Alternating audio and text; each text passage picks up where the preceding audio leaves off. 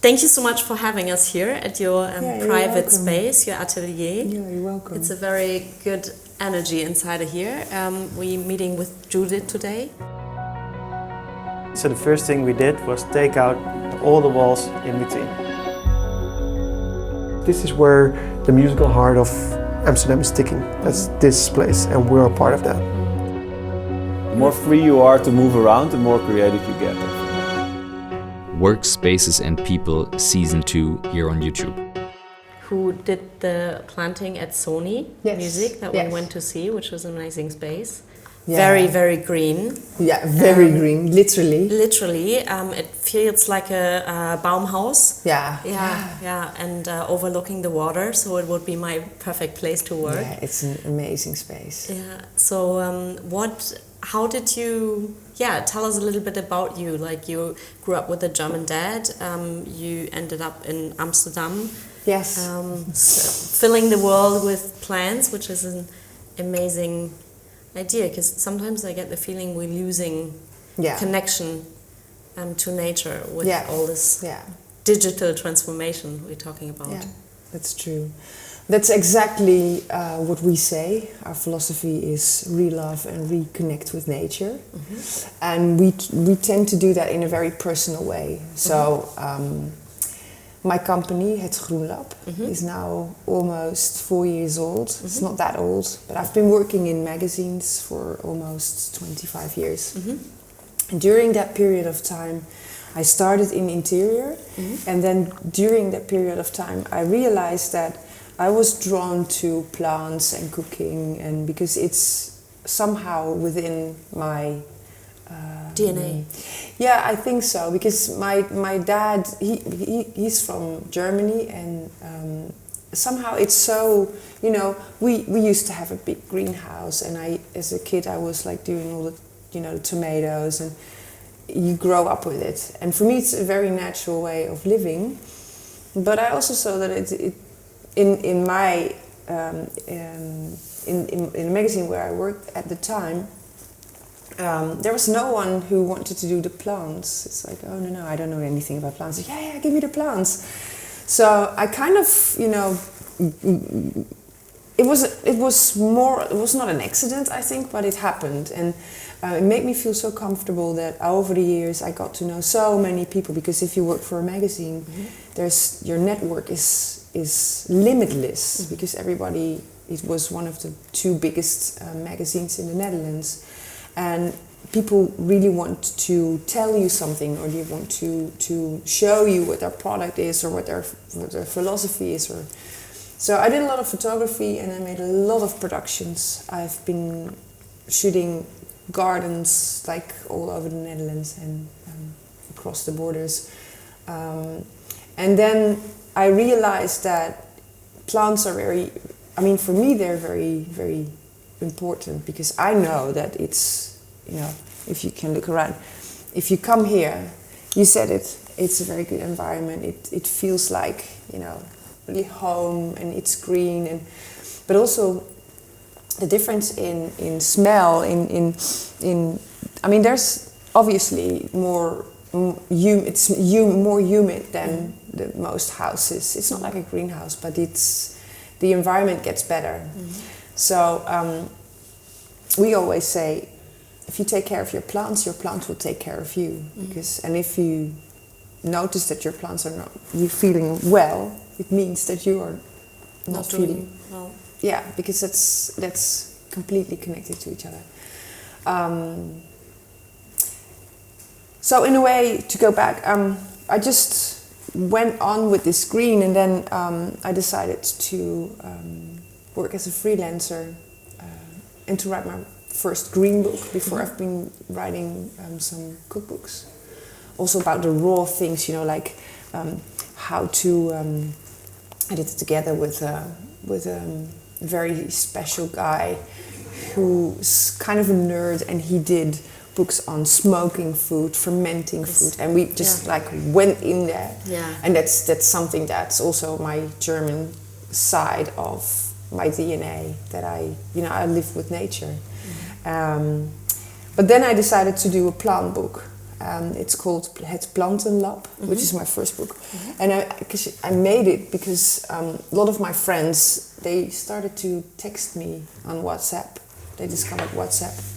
And every day they send me like 4 or 5 messages. Hey Judith, there's something wrong with my plant, and there's like a yellow leaf. What should I do? And it's a kind of I don't know what's happening. So every question, and then I figured, I'm not going to, in the next couple of years, I'm not going to answer all your questions in my WhatsApp. Be secretary for. Exactly. Yeah. So I thought I have to fix this problem, and I was already working in green, and was already having a lot of clients in the green sector, and we did photo shoots and films for nurseries and for big organizations like the Flower Council in the Netherlands, and so I worked already a lot for the green business, and then I made a book as I wanted to make it as a gift for my friends. Like, hey, if you read this, if you have a problem, here's your solution. Don't WhatsApp me, look in the book.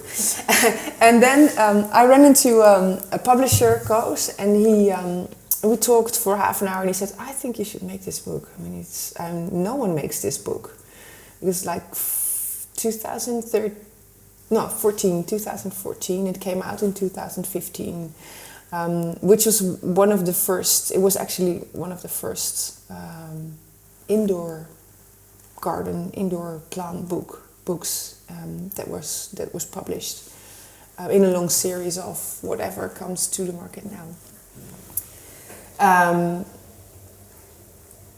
And that felt so good, making that specific, that small book, that we immediately decide to do another one. Do you have it here? Yes, I have it. I actually have, just hang on. This was the first edition of Hetgroenlab, and this was the second edition where we changed the cover. Yeah. And it doesn't come in German yet, does it? Well, it's really funny because we've been talking about that for 3 years already, with a publisher in Germany, and now I've decided to, also because I'm working in London frequently, and I've decided to translate it into English, because that's something it's better market. I think so, and it's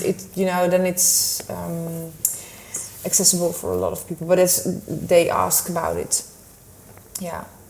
As soon as so this was like 2014-15, and then we did a second edition that was a little bit smaller. It's exactly the same book though, but with a new cover, and that was sold out within 3 months. And then we thought, now something is happening, and then we made this one, which is the green in glass. Yeah. That's a trend too. What kind of, because I see that sitting here, I wonder if it's really heavy. I would love to, I wouldn't know where to get it right now in Germany, but there's probably also options. Yeah. Otherwise I'll buy one here and take it home in the flight. We can ship them. We ship them. Oh, you ship them also? Yeah, and we are exploring together with a transporter in the Netherlands that I've been working with, and they are going to transport to Germany, to Italy, to France, and. So what is it? It is a closed ecosystem. Yeah, it's a closed ecosystem. We can, if you want, you can take the smaller one. So it's basically, the cork of this one is now open because we've changed something inside the bottle. But normally after a couple of weeks, so this one is doing really well, and then we put the cork on again. What do you mean by you changed something in the bottle? These ones went to a exhibition in Germany, and then it was really, really, really hot in that area, in that space, and there was a lot of sunshine, and then some of the plants just, they didn't go, they broke, they didn't make it, so it was empty, and we replanted it, because the base was. And then you put in the cork, and then. Then we put in the cork, and then because what happens is you see a little bit of condense here. Yeah. And so the plants, they sweat, and it's because of assimilation. And so the damp goes up. And because the glass is a little bit colder than the inside, it's like a greenhouse, the condense sets, and it's it the just water goes exactly, back. and then it goes back into the compost.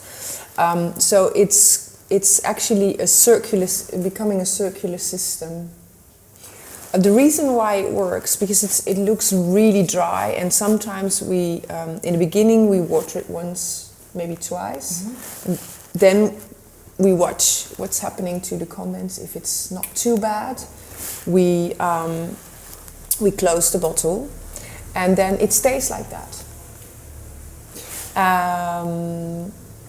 And it just keeps going. And I have some bottles. I have to see where It's quite nice for an office also, you know, because you don't take care of it. It looks really good. Yeah, it is. It's kind of modern, but still nature. And you don't have to take care of it every day, I assume. You don't have to take care of it at all. At all. No. If it's in a good spot, in a good place, like the place, the space where it's here now, it's like there is a lot of light, but not direct sunlight. It's a very dark day today. It's raining, but normally there's a little bit of morning sun here. But these will go really well because of that. So, for instance, this one was on the floor yesterday because I needed the wooden crate to transport another one. And then you see there's a lot of condense, but it was completely full yesterday, and now it's it's gonna go. And you see sometimes there's some leaves that are not doing really so well. Yes, but that's okay. Ones. And sometimes because it dies and then it regrows. And it's also nutrition for your plants. Yeah. So it's perfectly fine. And people are like, yeah, and something is happening to my plant and it doesn't survive. Or when you make some, if you make a bottle of your own and you put in too many plants, there's gonna die 1 or 2 plants. And that's okay. You just have to leave it like that. I have a bottle in the back. We can pick that up later. I can show you later. I took it to Italy for a lecture on the bottle gardens and how that works, etc. And I took it I shipped it in the plane, and then on the way to Italy, everything went fine. I had to clean it a little bit, but it was okay. But then on the way back, it tipped over and it actually broke, kind of. And the whole bottle was like mixed up, and it was actually my first big bottle, and I just decided to leave it like that and to see what's going on. That's also an experiment. We did a lot of experiments with the bottle. What happens if you leave it like that? And what happened? Well, actually, it grew back. It started to grow back. So it sets again.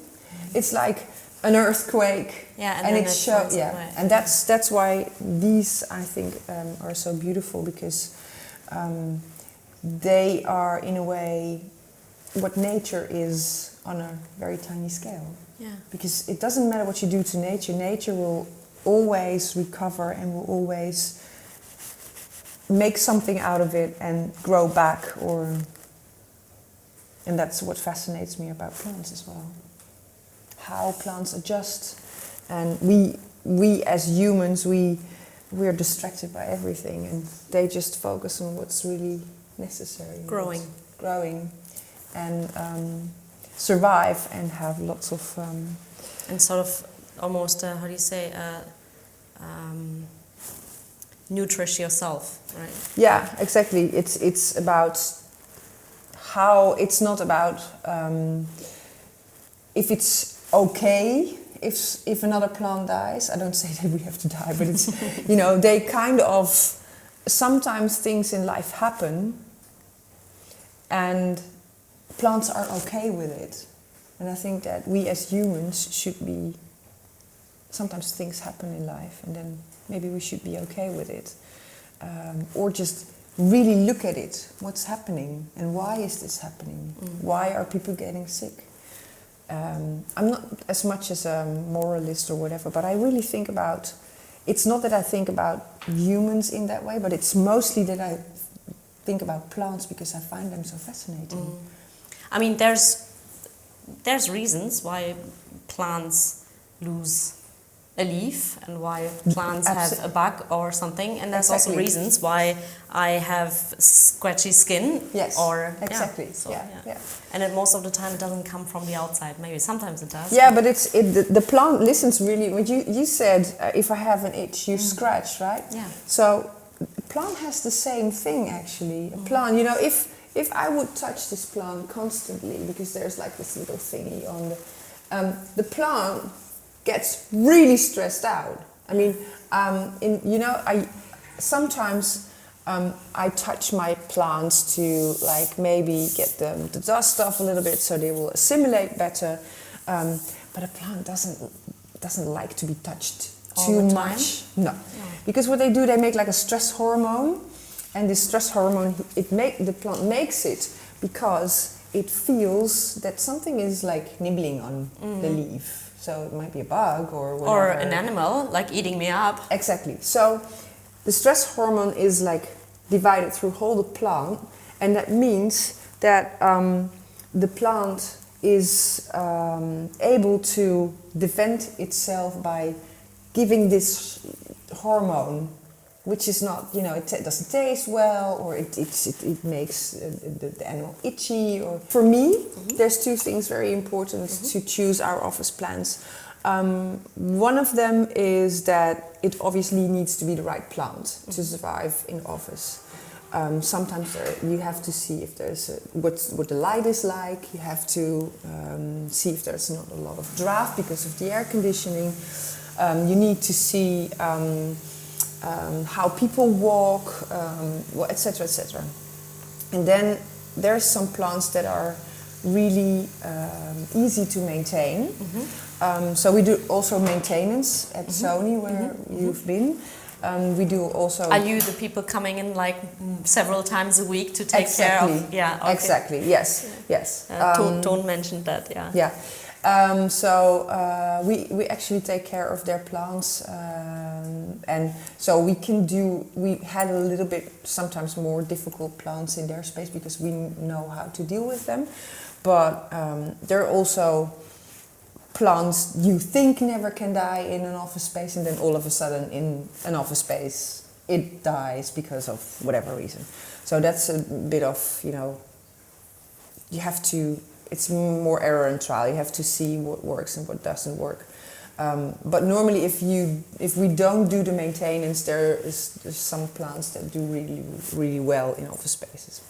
What we really like as Hetgroenlab is to look at plants in a way of what kind of plant looks really pretty next to another plant. What's the effect of the green colors? I love this. Yeah. For example. This, by the way, and that one I found here on the corner of the street. Someone abandoned. Was just, oh yeah. So there was a lot of dead leaves here. People just don't know that that's supposed to happen. So they throw it away because they think, oh, it's dying. It's not dying, it's natural. It's supposed to be like that. You know, in former days we used to know that. My friend, he has a similar plant in his house, and it belonged to his grandmother, and it's like 2 meters. And she knew that he had to take. And then, you know, spontaneously sometimes there's coming another little plant on the side. But this was actually saved from being thrown away, and that one was completely. The leaves were completely gone, and I took it with me from a project. I put it outside for 2 weeks, and then all the leaves start to grow again. And I think since then, I think the plant was more or less like this, and this is what grew the last couple of weeks. And look, it's amazing. It's a Ficus bengalensis. And I like the way that it's not green, there's like these shades of green inside the leaf. And that's normally that's a very strong one. Also, what people do not know is that don't move around your plants too much, especially in the winter time. That's not a good idea, because the plant needs to adjust, and it needs all the energy that it has during the winter time, where there's less light and it's more difficult. It's warmer in the buildings. Just leave your plant for the moment, and as soon as spring comes, there's more space to maybe move it around a little bit. Basically in the winter time, leave the plants where they are, and just take care of them and help them through the winter. We look at what plant is good to maintain, what looks good together with the other plants, and also the shape of the plant itself. We buy plants not only in nurseries, but we buy them everywhere, from small garden centers where plants have been left alone for like maybe 10 years, and then somewhere in the corner we spot it, and you're just like, oh, that's a good plant, let's take that one. So that's in our other office space.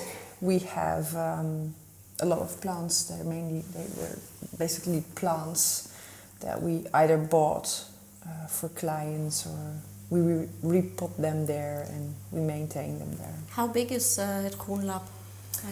Hetgroenlab is pretty small. It's me with Kimo, which is she's partly the person who does maintenance, and she's partly product designer, so we also develop products. I work with her because she's also mad about green, and she has also a twin sister who helps us. She's also doing maintenance. Nice. So it started when she was on a holiday, and at Sony we said, oh, we can like let your twin sister go. No one will notice. Right. And then That's all of a very sudden clever. that was due, and it was really funny. Yeah. So Nice. she's doing the maintenance. I work with a lot of people around Hetgroenlab, because sometimes the projects that we do are really big. Yeah, and sometimes right. I understand. Exactly. So mainly you sell the plants to the office, or is it also about rent? I saw a lot of renting things going on, like you rent plants, or what is? We actually don't do that, because we are we emphasize more, or our business is more the concept and the look and feel. So therefore we also work with architects from the beginning. And so I call myself plant architect. So what we do is we implement from the beginning where to put the plants. Should we maybe put holes in the floor? And so we work with the architects together to see how the plants will look in that particular building. And it can be a new build, but it can also be a rebuild. And it depends on sometimes, I was in a project a few weeks ago that we did, and we made all kinds of custom-made planters, so containers that are floating from the ceiling. We call them floating gardens, and they just, it's like a hanging garden, and it's really nice, and we coat them in a color. And with that company, they had an architect who kind of blocked the windows with sort of cubicles where people could work in. We were like, why are you blocking the light? If we would have come in earlier, we would have opened it up to make that space particular nice. And and we always say, if you work with either a lot of small plants or a few really big plants, like something that really matters, you can create a jungle really easily. We do a lot of. Actually, we've done one project, which was not possible to do it otherwise. But we want to do projects in earth culture, not in water culture. So we do not do hydroculture. Sometimes we do half hydroculture. That means that you can check how much water is in your container. So Okay. most of the people overwater their plants. Yeah. So then they drown. Yeah. If it's not possible to have a drainage, it's very wise to do something that you can check how the water level is. The reason why we do that is because when I started to write a book about the bottle gardens, I've been reading a lot of articles and how do you say that, reports from NASA, and they were sent from NASA to me, and I started to read them and to figure out how things work with making your environment healthier, because plants, they assimilate, so they take CO2 from the atmosphere, yeah. and then they, together with the energy of the sunlight and water, they make glucoses and the chlorophyll in the leaves. But there's something really good going on with plants. For instance, we've put a lot of, we call it VOC. It's chemicals that are really, I need to find it in English for you. It's called, it's organic chemical solutions that are in our environment, in our atmosphere, in offices, etc. They come from, for instance, the fabrics, Right. the clothes, the dye, the paint. It's VOC. VOC. Yeah, I think it's organic chemicals, something like that. So there's a lot of things that we put in our atmosphere that have these chemicals, which are benzene, trichloroethylene, ammonia, all kinds of things you do not want to, they irritate your eyes, they get your mouth dry, and it's not good for you if you have to work in that kind of space. So there's a lot of research going on, NASA, but also in the University of Wageningen and in the University of Leiden, and Vitageras is one of the companies that work together with the Dutch company TNO. They did a lot of research on that, and it means that the plants can take these VOC into not only their leaves but also their stems and in the roots, and they make, so they don't use it as it's not that they take it in and then they kind of store it, but they do something with it. They make nutrition out of it, so they live off it. Okay. So the plant is very happy to do that process, and it keeps going on and on and on because it doesn't store it, it doesn't fill up. There's not a moment that it's full. It actually uses that as nutrition, and not only what's happening above, but also what's happening underground. So if you put your plants in water, there's no way they can do that. Yeah. Or maybe less, I don't know. I didn't research that.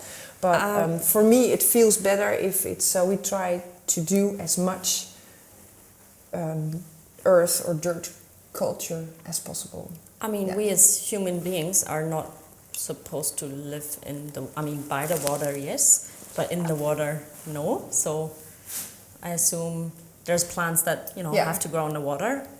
Yeah, but, well, there is, I'll explain that later to you about this roots, because it's quite interesting, because I saw the other one there. Yeah. But I had another question in mind. So plants, did I understand that correctly? Plants, in a way, so everything that's bad on the outside, they take it in, they filter it in a way, and they turn it into something positive. Yeah. So I'm wondering, they filter it out of the air. Yeah. And they make it. Yeah. So are we as humans? Do we have the same ability? Or do we need to live together? Yes.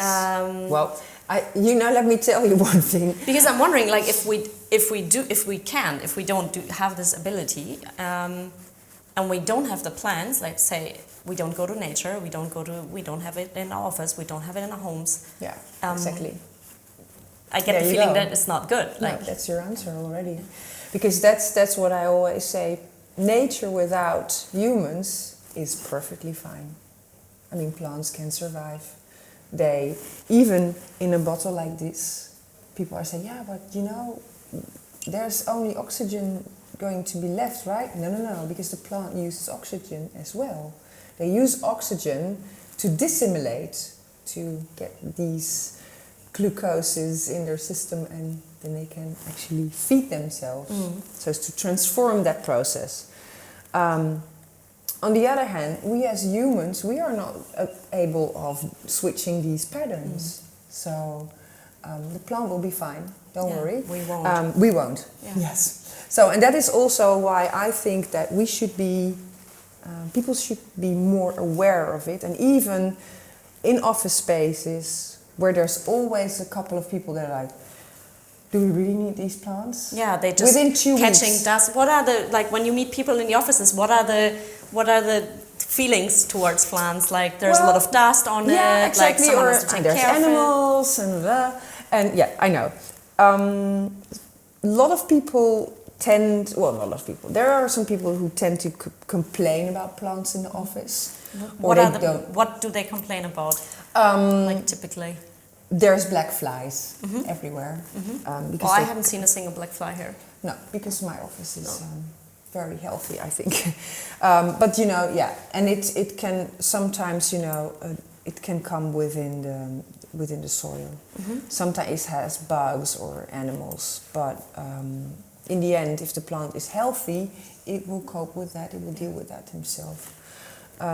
People say, for instance, that it collects dust, and it's maybe not as they think it's not healthy, but in the end, they stop complaining and they see that it's. I mean, the color green is a very nice color to look at, and we know for a fact that people get really happy from the color green. They get relaxed. I mean, I'm reading this book about Japanese forest therapy right now. People, literally go to the garden and they recover. Yeah. Because they go into nature. Yeah. And it's about the air that you get, but it's also about the color that makes you happy. Yeah. Just wondering what's happening here. Yeah, this is a little bit. Look. What did you find? I found a little bug. No, it's dead. It's not. But this is really, you have to look at your plants. I mean, a plant has no fingers, so it can't, if it has an itch or if something happens to its leaves, you have to help your plant. And if you keep your plant healthy, it will be perfectly fine for you. Yeah. There's a lot of plants here. How much time and care and a lot of time? It's actually not that much. I have a routine, so. Well, we were talking about this before, putting energy into awareness into something, and then. Yeah. I mean, how nice is it sometimes? If you are behind your computer all morning and doing, stuff. Sometimes there's people who really like that, but I'm a creative person and I need to do something. So I just, I get really like, whatever. And then when I've been into this concept or, like doing numbers or whatever, it's really nice to just get up sometimes and just, like see, are you okay? And just, like feeling the soil a little bit here, it's dry, but what's happening underneath, and are you okay yet? Can I get you anything? It's like, I know this one has a taking care of relationships with your I think so, yeah. I think so, yeah. And also look at, what I saw the other day, I saw one of my plants, and I think, oh yeah, you need some more nutrition. This is one of the things I really try to get it out for you, because this is also something that I really like. What is those water Yeah, exactly. Plants. I saw that a lot in stores. They think it's pretty, but then, I mean, don't they? Do they drown or like, no. I will Those explain. are made for that. It's really funny because I didn't see it until I wrote the book 2 years ago, and I call it Hydroculture 2.0. There's a hydroculture where you have like these clay things in pots, which are basically there to give it stability. So I've got this, from the lab, this standard, the green standard, and I put my plant inside it. So the thing is that this is a. So I explained to you about the roots, right? You have dirt roots and you have water roots. So if you would put a plant that used to grow in dirt, if you would like take all the soil out of the roots and you put it directly in water, it gets a really hard time. Okay.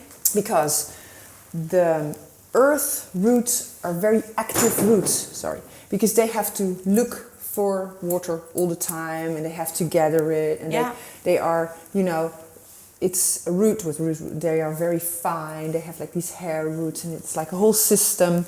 And then there's a water root. That's a root that just grows, and it's very lazy. And as you can see, I'm not sure if they're very thick. And if you can see, I don't know if you can see it. Don't touch it too much, please. Okay. If you can see it, there's like little hairs on it, like little things. This is food, by the way, so don't worry. So you see there's a little bit of a thing going on sometimes. That happens. But these are very thick roots. So they grow the roots in a different way. The plant knows if I'm in water, I need to grow water roots. There's like in the tip of the roots, there's the DNAs or the stem cells of that root tell what kind of root it should be. So the funny thing is, it's like hair, so the roots keep growing and growing and growing and growing, and always on the end of the root, the plant knows, oh, I'm in water, so I need to make water roots. And they're more lazy. They are not as active as earth roots. And these plants are also grown by nurseries on hydroculture. So what you could do is you could buy a hydroculture plant, get rid of all the clay bulbs that are in the pot, and just put it in a pot of water.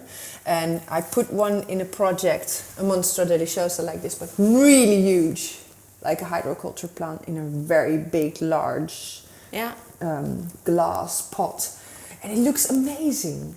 And then you do not do it because of the practicality of it, because you're too lazy to water your plants twice a week or 3 times a month.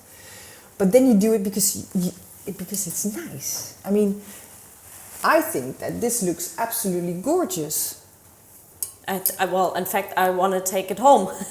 I mean, this is amazing. Nice. It's really amazing. Yeah. You have to feed them, yes, of course, because in the water, yes. And please give them rainwater because it's much, softer. Yeah. There's not too much chalk and salt in it. But I really love stuff like that. So you can buy them like this, but you can also grow them yourself by taking a cutting and then put them, for instance, if you look at here in the back, it's just a cutting that I made, and it just grows water roots like that. Is that the same as what you did here? What are those? Those are cuttings from succulents. And you just break them, and they start to grow roots again. And you replant them? And then you replant them, yes. And if you go to that... Also, it just looks really pretty in itself. I know. So this. And on the other hand, because I do a lot of experiments. So this is not your lunch? No, it's not my lunch from 3 days ago. This is actually... I'm not allowed to tell you where it comes from. Because you stole it, or because? Yeah, because I took it. But this is moss, and I kind of I'm experimenting with mosses, and you know it stays moist, and I just keep growing them. Also because of the bottles, and I took some moss. What? Explain me a little bit, because now I get confused, because I find moss everywhere. Yeah, I know. Right? But why is this a secret? Because I took it from Italy. Okay. I took it from a space. Well, you know, it's not that bad. Okay. I get it. But why I took this is because this is moss that is more. It's. I think it's a very healthy moss, and there's some really nice structures in this. And I try to do something with it. I try to. I have to put it in a container and then grow it. Yeah. So these are the experiments for now. This is a little bit dried out already. But look at that, it's amazing. What it grows, huh? Yeah. So, and then if I, you know, for instance, these go into little containers like this. Some of them are the ones that I grew from, you know, like little. It's like the. Oh yeah. And they just grow. And sometimes, you know, stuff dies, but that's what happens with plants. It's supposed to happen. Is there a favorite plant you have? Is there a favorite plant? Yeah, I have several favorite plants, I think. I'm really fond of this one, actually, because I've got this from. I mean, that's most of the time the story that's behind it. It's an euphorbia, and I got it from Obed Smit, from Smit Kwekerij, the nursery in the north of the Netherlands, and he gave it to me, and just as an experiment. And now he's growing it as well for the market, because I think it's a very good plant. I like this one, the Bengalensis, because it's. I love it. Yeah, I don't know. It's. Yeah, it is good. I don't know. It gives a good feeling. Yeah, I think so. And sometimes, you know, plants change. I have a couple of plants in the back as well on standards that we make, and they're. I mean, there's a lot of plants that they have a story to it. And so, sometimes, you know, I have a whole table with begonia,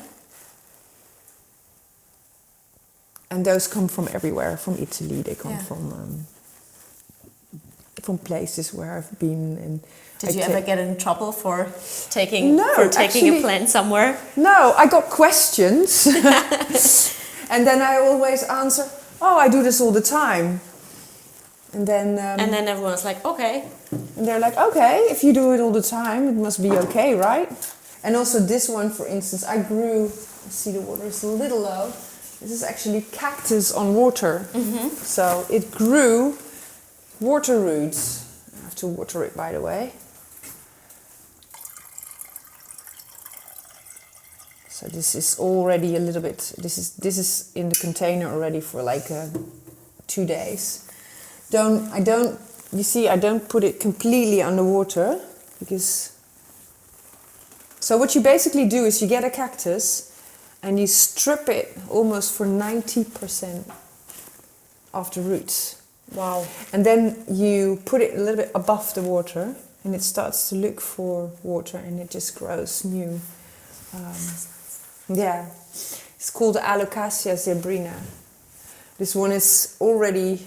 I bought it. It's a very small plant, but in the wintertime it has a hard time, and it was tipped over by the cat, so it broke some wings.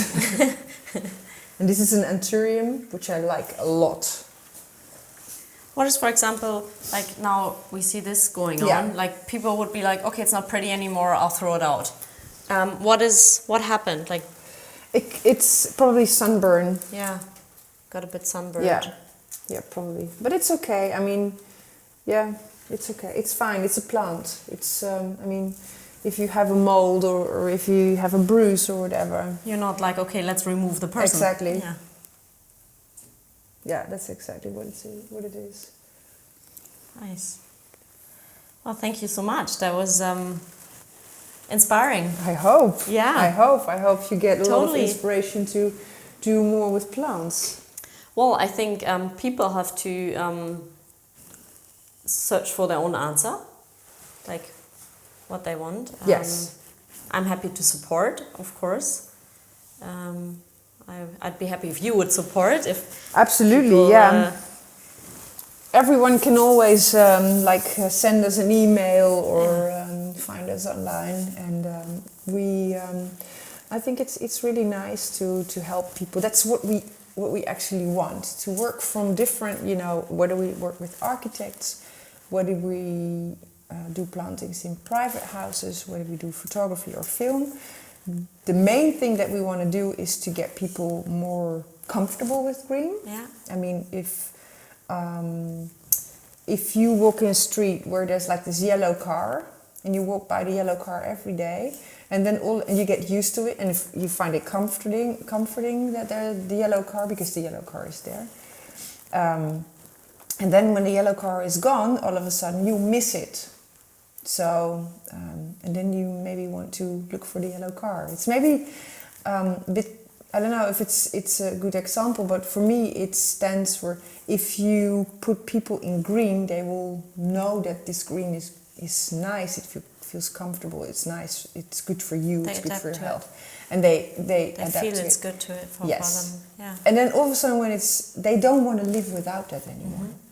So, for example, we've had that, actually it's quite funny because we just had this discussion internally 2 weeks ago. A guy from our, Lennart from our Berlin office, he said, well, I want to do some planting in our office. What are good plants and how? And I'm like, what am I going to do now? So what is, let's say there's a tiny company and someone feels like responsible, how would they approach a project without hiring someone who does it for them? Let's say smaller companies, like they would have to look out for air, sunlight, how many people are passing, like what's the circulation? Well, I wouldn't go as far as that. If you have a small company, we've been thinking about what we sometimes do for people is we make a concept. Mm-hmm. So they show us what kind of office space they have, mm-hmm. and then where the light is. Mm-hmm. Sometimes, when it's in a neighborhood, we have a look at the office, and then we just make a plan for them, mm-hmm. and we tell them what kind of plants they should get, what kind of plants they should get in which area and where, and what is good for your health. Which plant makes a lot of oxygen and which plant can filter the air in the office space. Mm-hmm. It depends a bit on, are there a lot of computer screens? Is there like, what's the floor like? It's like a wooden floor or a concrete floor? Is it like a fabric? So I kind of look at that, and then we make a plan, and we make, we just make a concept for them. And then you can you buy the plants yourself, and you can put them in whatever container you like. Mm-hmm. And those are basic plants. Mm-hmm. As in, what are basic plants? Basic plants, for instance, Monstra deliciosa, mm-hmm. the Swiss cheese plant, mm-hmm. With the holes in it. Yeah. It's not that difficult, and it can take less light. It can be in a more darker space, and it doesn't need to have a lot of light. For instance, a Schefflera. Mm-hmm. You have this Schefflera. The name is Amate, and it's a big leaf one, and it's a very easy plant to maintain. You can forget him once in a while. That's okay. It's not very exactly. Yeah. You do not have to end up with all cacti. Mm-hmm. Okay. No.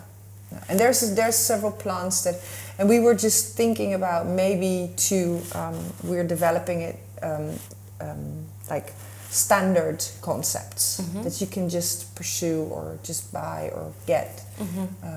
If you fill out like, this is my office and I have a lot of light, or I don't have a lot of light, what 5 plants should I get?